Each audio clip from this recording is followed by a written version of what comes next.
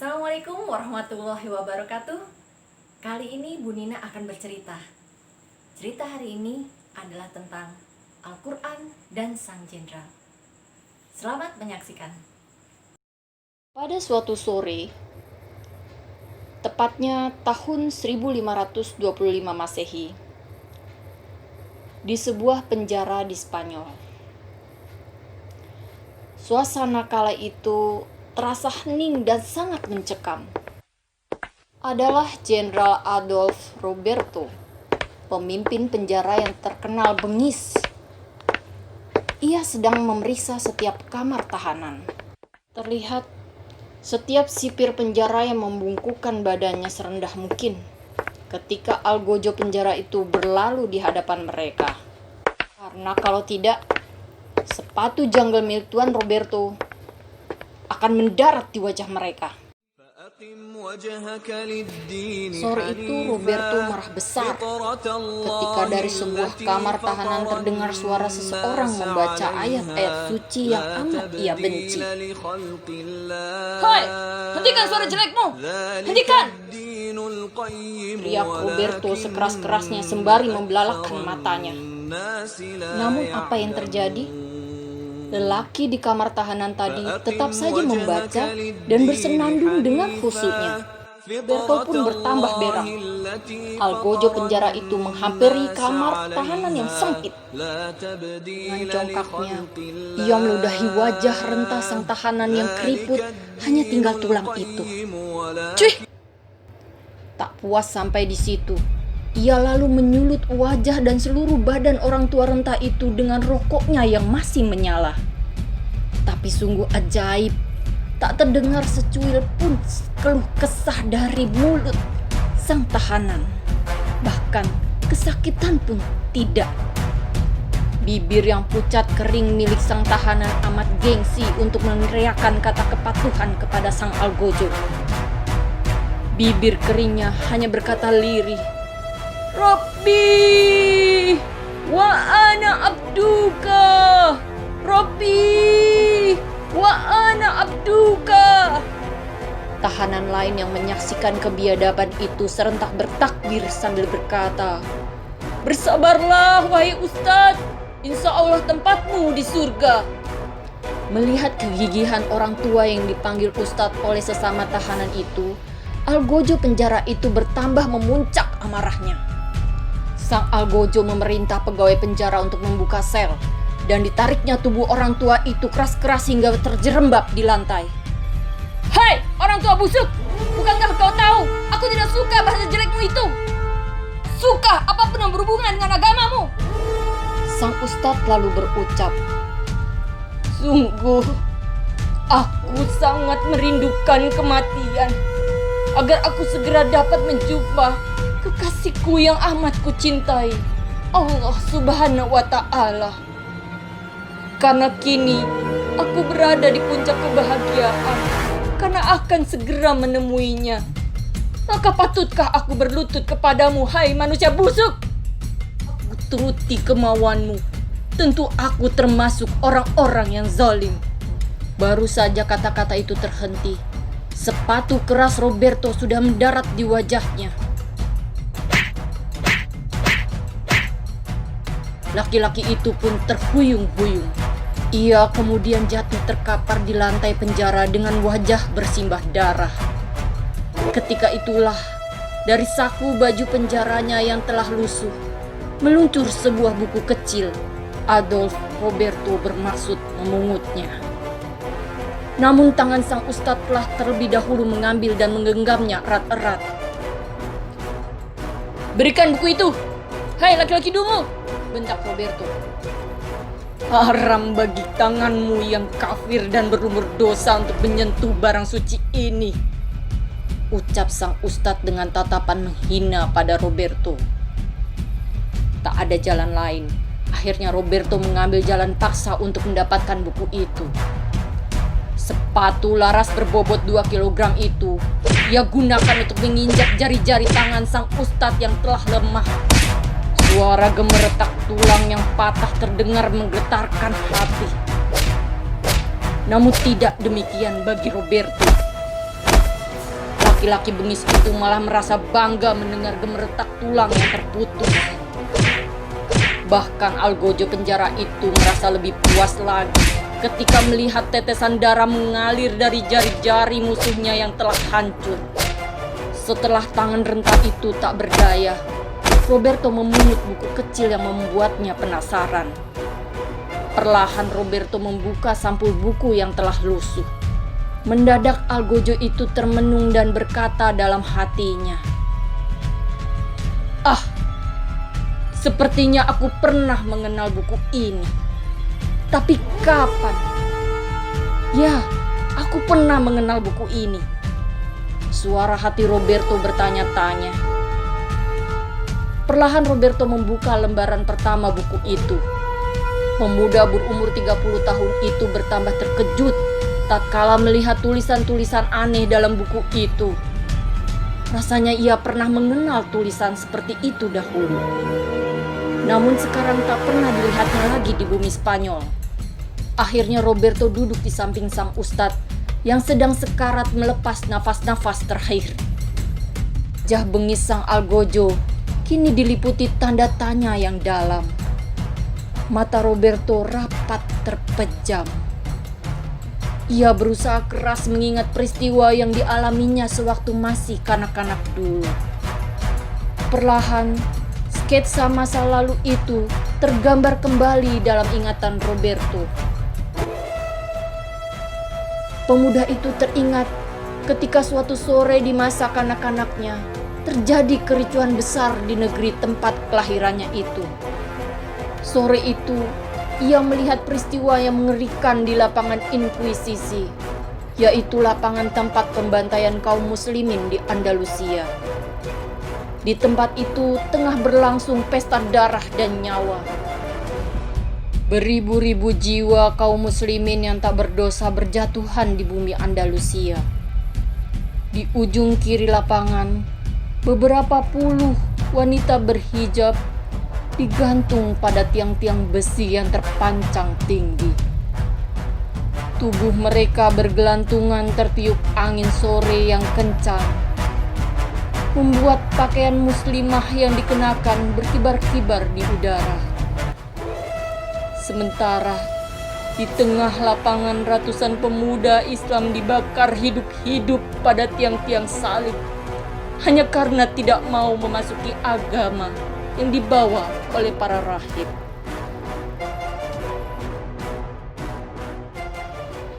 Tampak seorang bocah laki-laki mungil tampan, berumur 7 tahunan. Malam itu masih berdiri tegak di lapangan Inkuisisi yang telah senyap. Korban-korban kebiadaban itu telah syahid semua. Bocah mungil itu mencucurkan air matanya menatap sang ibu yang terkulai lemah di tiang gantungan. Perlahan-lahan, bocah itu mendekati tubuh sang Umi yang sudah tak bernyawa, sembari menggelayuti abaya hitamnya. Sang bocah berkata dengan suara parau, "Umi! Kita pulang, Umi. Hari sudah malam. Bukankah Umi telah berjanji malam ini akan mengajariku lagi tentang alif, ba, ta, sa? Umi, cepat pulang ke rumah, Umi." Bocah kecil itu akhirnya menangis keras ketika sang Umi tak jua menjawab ucapannya. Ia semakin bingung dan takut, tak tahu harus berbuat apa. Untuk pulang ke rumah pun ia tak tahu arah. Akhirnya bocah itu berteriak memanggil bapaknya. "Abi! Abi! Abi!" Namun, ia segera berhenti berteriak memanggil sang bapak ketika teringat kemarin sore bapaknya diseret dari rumahnya oleh beberapa orang yang berseragam. "Hoi, siapa kamu?" teriak segerombolan orang yang tiba-tiba mendekati sang bocah. "Saya anak Ijah, sedang menunggu Umi," jawab sang bocah memohon belas kasih. "Hah? Siapa nama bocah? Coba ulangi," bentak salah seorang dari mereka. "Saya Ahmad Ijah." Sang bocah kembali menjawab dengan rasa takut. Tiba-tiba, plak! Sebuah tamparan mendarat di pipi sang bocah. "Hei, bocah! Wajahmu bagus, tapi namamu jelek. Aku benci namamu. Sekarang ku ganti namamu dengan nama yang bagus. Namamu sekarang Adolf Roberto. Awas, jangan kau sebut lagi namamu yang jelek itu. Kalau kau sebut lagi nama lamamu itu, nanti akan kubunuh," ancam laki-laki itu. Sang bocah meringis ketakutan sembari meneteskan air mata. Anak laki-laki mungil itu hanya menurut ketika gerombolan itu membawanya keluar dari lapangan inkuisisi. Sang bocah meringis ketakutan sembari tetap meneteskan air mata. Anak laki-laki mungil itu hanya menurut ketika gerombolan itu membawanya keluar dari lapangan inkuisisi. Akhirnya, bocah tampan itu hidup bersama mereka. Roberto pun sadar dari renungan yang panjang. Pemuda itu melompat ke arah sang tahanan. Secepat kilat dirobeknya baju penjara yang melekat pada tubuh sang ustadz. Ia mencari-cari sesuatu di pusar laki-laki itu. Ketika ia menemukan sebuah tanda hitam, ia berteriak histeris, "Abi! Abi! Abi!" Ia pun menangis keras, tak ubahnya seperti Ahmad Ijah dahulu. Pikirannya terus bergelut dengan masa lalunya. Ia masih ingat betul bahwa buku kecil yang ada di dalam genggamannya adalah kitab suci milik bapaknya, yang dulu sering dibawa dan dibaca ayahnya ketika hendak menidurkannya. Ia juga ingat kala itu ayahnya mempunyai tanda hitam pada bagian pusarnya. Pemuda beringas itu terus meraung dan memeluk erat tubuh rentanan lemah ayahnya. Tampak sekali ada penyesalan yang amat dalam atas ulahnya selama ini. Lidahnya yang sudah berpuluh-puluh tahun alpa akan Islam saat itu dengan spontan menyebut, "Abi, aku masih ingat alif batasa. Abi, aku masih ingat alif batasa." Hanya sebatas kata itu yang masih terekam dalam benaknya. Sang ustadz segera membuka mata ketika merasakan ada tetesan hangat yang membasahi wajahnya. Dengan tatapan samar, dia masih dapat melihat orang yang tadi menyiksanya habis-habisan, kini tengah memeluknya. "Tunjuki aku pada jalan yang telah engkau tempuh, Abi. Tunjukkan aku pada jalan itu, Abi." Terdengar suara Roberto memelas. Sang ustadz tengah mengatur nafas untuk berkata-kata. Ia lalu memejamkan matanya. Air matanya pun turut berlinang. Betapa tidak, jika sekian puluh tahun kemudian, ternyata ia masih sempat berjumpa dengan buah hatinya di tempat ini. Sungguh tak masuk akal. Ini semua semata-mata bukti kebesaran Allah.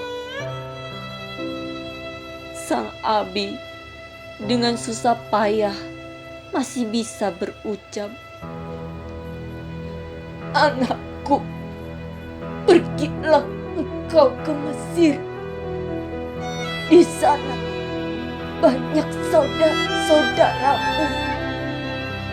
Katakan saja bahwa engkau kenal dengan Syekh Abdullah Fattah Ismail Al-Andalusi. Belajarlah engkau di negeri itu." Setelah selesai berpesan, sang ustadz menghembuskan nafas terakhirnya dengan berbekal kalimat indah, 2 kalimat syahadat.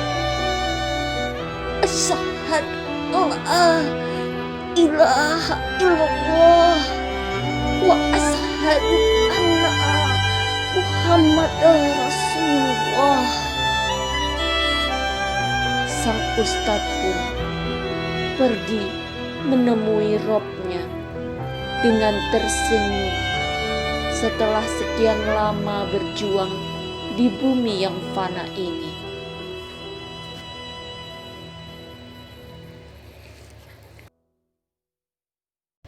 Setelah beberapa tahun kemudian, Ahmad Ijah telah menjadi seorang ulama besar di Mesir. Seluruh hidupnya dibaktikan untuk agama Islam sebagai ganti kekafiran yang di masa mudanya sempat disandangnya. Banyak pemuda Islam dari berbagai penjuru dunia berguru kepadanya. Al-Ustadz Ahmad Ijah Al-Andalusi. Anak-anak, dalam firman Allah dikatakan, "Maka hadapkanlah wajahmu dengan lurus kepada agama Allah. Tetaplah atas fitrah Allah yang telah menciptakan manusia menurut fitrahnya itu. Tidak ada perubahan atas fitrah Allah. Itulah agama yang lurus. Tetapi kebajakan manusia tidak mengetahuinya." Quran surat ke-30 ayat ke-30.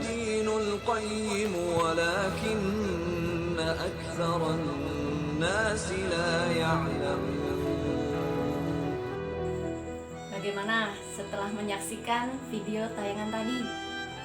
Tentu perasaannya campur aduk ya. Nah, demikian cerita kali ini. Sampai ketemu di cerita selanjutnya. Kita akhiri dengan hamdalah. Assalamualaikum warahmatullahi wabarakatuh.